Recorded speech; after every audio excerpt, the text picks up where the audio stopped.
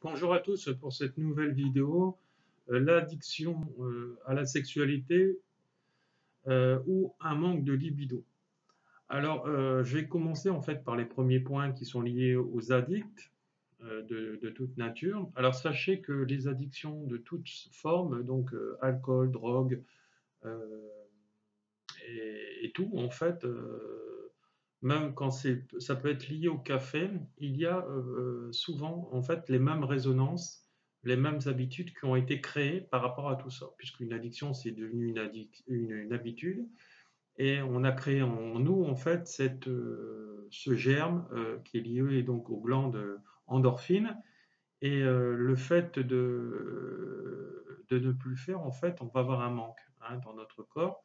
Et donc, il va y avoir une connexion entre l'endorphine qui est générée par notre cerveau et ce manque qui est souvent lié à des peurs, de manque de confiance en soi, etc., de rejet et autres. Alors, on va commencer en fait par les addictions qui sont liées à la sexualité, parce que bon, ça, c'est une question qui m'a été posée par une personne qui m'a écrit, qui s'appelle Guillaume.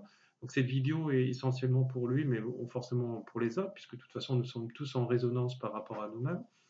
Voilà. Alors, dans un des premiers points, euh, une chose qui est toujours très importante et que je n'arrête pas de dire en fait dans toutes mes vidéos, il faut déjà s'aimer soi-même pour pouvoir aider les autres. D'accord? Voilà. Donc, dans un premier temps, faites des choses pour vous et seulement après pour les autres. Si vous faites l'inverse, c'est que vous allez très mal et donc suivez une thérapie avec un thérapeute qui va vous parler et faites des formations pour être vous-même votre propre thérapeute et apprendre à vous débrouiller vous-même. Vous verrez que le prix de la formation arrive à un moment correspondra à peu près à 4 soins, euh, voire plus si vous faites tous les niveaux, mais c'est pas grave parce que si vous deviez passer par un thérapeute et essentiellement par lui, ça vous coûterait bien plus cher. Donc c'est pour ça que c'est important en fait de faire toutes ces formations. Alors, souvent, donc, les addictions, c'est. Alors, moi, bon, j'ai beaucoup de connaissances, etc., puisque je côtoie beaucoup de monde entre mes conférences, mes séminaires, mes stages, etc. Et j'ai des gens, parfois, bah, je bois un verre avec eux, parce que bon, moi, je ne bois jamais d'alcool, ou très très peu. Je crois que la dernière fois, ça doit monter aux 50 ans de mariage de mon père, donc ça fait 2 ans. Et encore, je ne vais pas dépasser les 2 verres. Voilà, donc on se rend compte qu'en fait de compte, on est dépendant de rien et donc encore moins de l'extérieur, puisque en nous résonne l'intérieur et donc l'amour. L'alcool est lié donc souvent donc à des dérives sexuelles donc en manque ou en excès, des manques de décision, des prises de décision qu'on n'arrive pas à prendre. Ça, c'est pour les addictions, l'obsession, l'angoisse. Euh, Peur en fait de finir seul, donc on va combler un manque par un manque, peur de l'inconnu, pas de projet de vie ou très peu, coupé du chemin de son âme, grande peur de finir seul, ne pas euh, on a tendance aussi beaucoup à se faire manipuler par les autres. On est un mouton, on suit le chemin des autres et non notre propre chemin, donc aucune résonance avec notre âme. Le manque d'amour, euh, parental, un grand manque d'amour parental, parce que nos parents à ce moment-là, quand on est dans l'addiction, n'ont pas su nous transmettre l'amour dans le quotidien de notre enfance, parce que bah, ils l'ont pas eu, et puis leurs parents, bah, ils ont été frigides sur ce côté-là de la relation avec l'autre. Et donc peur de montrer ce que c'est l'amour, l'affection, et descendre en fait dans les profondeurs de l'amour véritable, connexion avec le cœur, et en connexion avec le chakra du troisième œil. Donc vous voyez, tout est une relation, une connexion, euh, voilà. Alors, comme je dis souvent, en fait de compte, quand on ne comprend pas ces épreuves de vie, et ça aussi bien parentales et karmiques, dans le lien familial, c'est parce que bah, on ne comprend pas l'épreuve. Et donc on va reproduire ce que l'autre nous a fait. Au moment où on sort de ce chemin et on va dans des chemins qui sont liés à notre âme, et on sort de ces chemins de travers, parce que là, à ce moment-là, c'est des chemins de travers, le côté négatif, et on revient en connexion avec son âme et on sait ce qui est bon et ce qui n'est pas bon. Parce que l'intuition est là, ouverture du cerveau droit, connexion avec l'intuitif, les anges, les archanges, etc. Alors, on compense en fait dans les addictions en excès, donc on compense un manque par un autre. Donc voilà, donc on compense donc un manque affectif par rapport à la sexualité. Hier, j'ai eu en consultation donc un monsieur, il me disait ça me fait chier, ma femme, ma compagne m'a quitté, voilà, ce qui était bien, c'est qu'elle me donnait de la tendresse, voilà, etc. Puis forcément de la sexualité. Là, elle est plus là parce que bah, pour des raisons X et Y, elle était trop dans l'apparence, elle était trop ceci, trop cela. Là, il me dit j'ai un manque. Donc, bah, quand j'ai un manque, ah, bah, j'ai besoin d'aller boire, faire la fête, et puis bah, tout ce qui me tombe sur la main, bah, je lui saute dessus. Donc, bah, voilà, donc je lui dis, mais non, faut que tu viennes te soigner avec moi tes peurs pour vraiment en libérer et pour revenir en fait dans l'équilibre du féminin du masculin sacré. Alors la formation, lui, il est bloqué hein, parce que voilà, pour lui, c'est du temps à perdre, etc. Mais je lui dis, mais le problème, c'est que tu as un enfant à l'intérieur de toi. Et donc, vu que tu n'as pas été nourri par tes parents au niveau du problème affectif, bah, tu compenses dans le négatif en excès ou en manque. Voilà. Alors souvent, quand on étouffe ses enfants, c'est parce que soi-même aussi, on n'a pas eu d'amour. Mais on n'est pas bon non plus à ce niveau-là. Hein. En manque et en excès, on est complètement largué. Voilà. Donc à partir de là, bah, souvent on tombe sur des maris hyper exigeants, despotiques, destructeurs, qui sont liés à l'ego, à des forts égos, et il n'y a qu'eux qui ont raison. Hein. Souvent, bah, la femme à ce niveau-là, même quand on est dans des relations de couple qui sont en excès, suite à des addictions ou à des manques, bah, la femme souvent est seule avec ses enfants et l'homme est tout seul de son côté. Voilà, donc il y a une forme je pourrais dire, de manipulation et de soumission. Voilà, de soumission, c'est le mot exact que je cherchais. Voilà. Alors, donc, les gens qui sont donc dans ces manques disons, quand ils sont dans les addictions très fortes, c'est des gens qui sont pas capables de prendre soin d'eux, c'est-à-dire faire des choses pour eux, etc. au quotidien, compartimenter leur journée pour eux d'abord, prendre du temps pour eux, et après en prendre pour les autres. C'est comme ça on doit faire et non jamais l'inverse. Voilà. Alors c'est sûr que quand on est papa, maman, ben, on se lève souvent, on peut lire un petit peu, et puis après, ben, il faut se lever plus tôt, c'est tout. Euh, et puis, vous allez me dire, je peux pas m'organiser, si, vous vous levez plus tôt. Voilà. Euh, et à partir de là, bah, vous prenez soin de vous, etc. Et après, bah, vous vous reposez dans la journée quand les enfants ils sont à l'école notamment. Euh, donc, pas capable de s'aimer, besoin toujours du regard des autres. Donc, le regard des autres, vu que je suis un mouton, bah, j'ai besoin de leur validation à ce moment-là pour vraiment. J'ai besoin de leur approbation. Et donc, forcément, si j'ai besoin de leur approbation, je ne suis pas moi-même. Et donc, voilà, je copie les autres. Et mes manques d'amour, de reconnaissance de moi-même, eh ben, je les compte comme ça, donc dans la sexualité ou dans une autre forme d'addiction. Besoin de se comparer aux autres, toujours, parce que j'ai besoin de calquer au moule, etc. Et vu que j'ai pas cette reconnaissance et vu que j'ai toujours besoin de l'extérieur, je compte par l'intérieur, donc par cette sexualité, parce que ben, je reçois pas l'amour et puis je suis différent et donc j'ose pas en fait me révéler tel que je suis. Voilà. Donc, les gens qui sont en excès sont en très grande dépendance affective, c'est-à-dire qu'ils confondent le chemin de l'amour et de la dépendance affective. Hein. L'amour, c'est que du partage, il n'y a que ça. En fait, dans l'amour, il n'y a que ça. Quand vous êtes en dépendance affective, vous avez toujours besoin de quelqu'un. Voilà.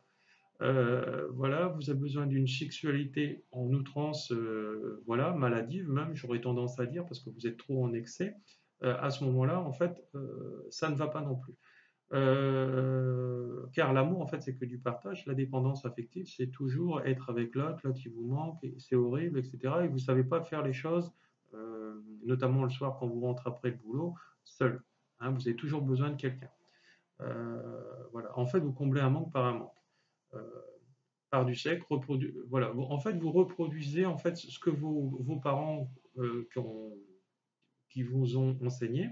N'oubliez pas qu'en fait, toutes les éducations, vous devez les remettre en question. Et tout ce qui ne vous parle pas, faire l'inverse pour le vivre en fait dans votre chair. Et voir si ça vous correspond ou pas. Voilà. Alors, donc maintenant, on va passer donc à la diminution ou l'absence de désir sexuel. Donc, quand on est dans le manque, on est en culpabilité. Nos organes génitaux, on a un rapport avec la saleté des organes génitaux, complexe lié à la performance aussi. Donc voilà, on veut être meilleur que les autres, on veut avoir X femmes, voilà, on veut être un don juan, on veut collectionner, on est un collectionneur. Alors n'oubliez pas qu'il y a des gens qui paraissent tout bien comme ça dans leur vie de couple, hein, tout fidèles, mais derrière, c'est des gens qui ont souvent des doubles vies. J'en vois souvent donc en thérapie quand ils viennent me voir. Euh, je veux plus, je veux m'améliorer euh, et moins, et moins en fait j'y arrive. Donc des gens qui veulent de plus en plus, etc., notamment les éjaculateurs précoces, c'est des gens qui ont toujours, ils veulent faire vite, vite, vite, vite, et puis pouf, ça lâche. Hein, donc le sperme sort forcément, et parce qu'en fait ils ont une peur qu'on vienne leur piquer leur compagne, etc. Et voilà, tant qu'ils n'auront pas travaillé sur leur peur, ça continuera en fait d'aller dans ce sens. Voilà. Euh, En vouloir au sexe opposé aussi. Donc le fait d'en vouloir aux autres toujours et reporter en fait ses peurs sur l'autre en se déculpabilisant et en n'avançant pas dans ce sens, ça vous crée en fait des problèmes érectiles notamment. Les gens qui vivent dans les énergies qui sont dans les énergies, qui sont thérapeutes énergéticiens, etc., leur sexualité va bien parce que en fait le chakra qui se situe sous le nombril à 2 à 3 cm là, qui est lié à la sexualité, va très bien puisque bah, il se soigne régulièrement, voire tous les jours. Et donc forcément, bah, c'est des gens qui ont une grosse libido, mais ils ne sont pas pour autant des obsédés. Voilà. Euh, donc, les gens qui n'y arrivent pas sexuellement sont souvent des dépressifs, hein, des gens très négatifs face à eux-mêmes et aux autres. Donc, ils ont toujours un problème avec les autres et c'est toujours les autres le problème et c'est jamais eux. Ils savent, en général, ils ne savent pas parler aux gens. Ils sont toujours dans la brutalité en fait de leurs propos. Voilà. Donc, en fait, c'est des gens qui sont castrés quelque part parce qu'en fait, il n'y a aucun éveil de soi, il n'y a aucune évolution possible, en tout cas actuellement, tant qu'ils ne vont pas s'éveiller spirituellement. Hein, vu que ça sera toujours l'autre le problème et ça sera jamais eux. Donc après, ils vont se venger. Voilà, c'est des gens souvent qui sont dans la vengeance, qui vont vous rayer votre voiture, qui vont vous crever les pneus. Voilà, donc il y a beaucoup. Alors n'oubliez pas que tout ce que je suis en train de vous citer, il y a certains points qui vont vous correspondre et d'autres non. Parfois, chez certaines personnes, il y aura tous les points qui vont les correspondre. C'est comme ça. Voilà. Euh, donc, les gens qui sont dans le manque de sexualité, c'est-à-dire de problèmes érectiles, c'est des gens qui ont été rejetés, refoulés, ils ont été rabaissés, euh, anéantis, écrasés parentalement, et ils ont préféré laisser le pouvoir à l'autre en disant bah, mon père a raison, ma mère a raison. Donc, ils ont été cassés en fait. Hein. Et au lieu de dire non, c'est pas vrai, je suis plus fort que ça et je ferai de toute façon ma vie comme il me l'entend avec mes erreurs et mes points forts et j'apprendrai en fait de la vie. C'est comme ça qu'il faut prendre la vie, c'est prendre tout pour un enseignement. Voilà. Et travailler dans le miroir de la facette de l'autre pour pouvoir s'élever. Là, je peux vous dire que je connais des gens qui sont dans cette relation de couple. Je peux vous dire que c'est des relations qui durent longtemps. De toute façon, quand vous êtes dans l'éveil spirituel, vous pouvez vous mettre qu'avec une femme qui est éveillée spirituellement et qui veut travailler sur elle en étant dans les compromis, en donnant je te donne, tu me donnes, mais sans vraiment attendre rien de l'autre. C'est-à-dire que vous vous dites, tu vois, chérie, tu as ça comme problème, ça serait bien qu'on le travaille, etc., que tu le travailles, parce que forcément j'ai cette résonance en moi, et vice-versa. À partir de ce moment-là, vous êtes dans des facettes d'âme-sœur.